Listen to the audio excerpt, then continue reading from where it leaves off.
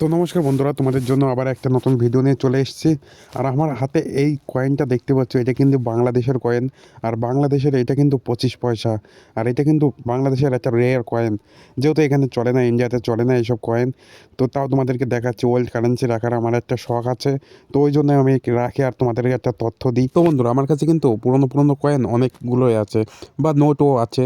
নেপাল আছে, ভুটান আছে, তারপরে বাংলাদেশের আছে, মানে অনেক কয়েনই আছে, আর বা নোটও আছে। আর ইন্ডিয়ান কয়েন তো জানোই অনেকগুলো আছে আমার কাছে। তো এই কয়েনগুলো আমি কিন্তু অনেক জায়গার থেকে তথ্য, মানে অনেক জায়গার থেকে সংগ্রহ করি, বুঝতে পেরেছো? তো এই কয়েনগুলো পরে পরে কিন্তু দাম খুবই বাড়বে।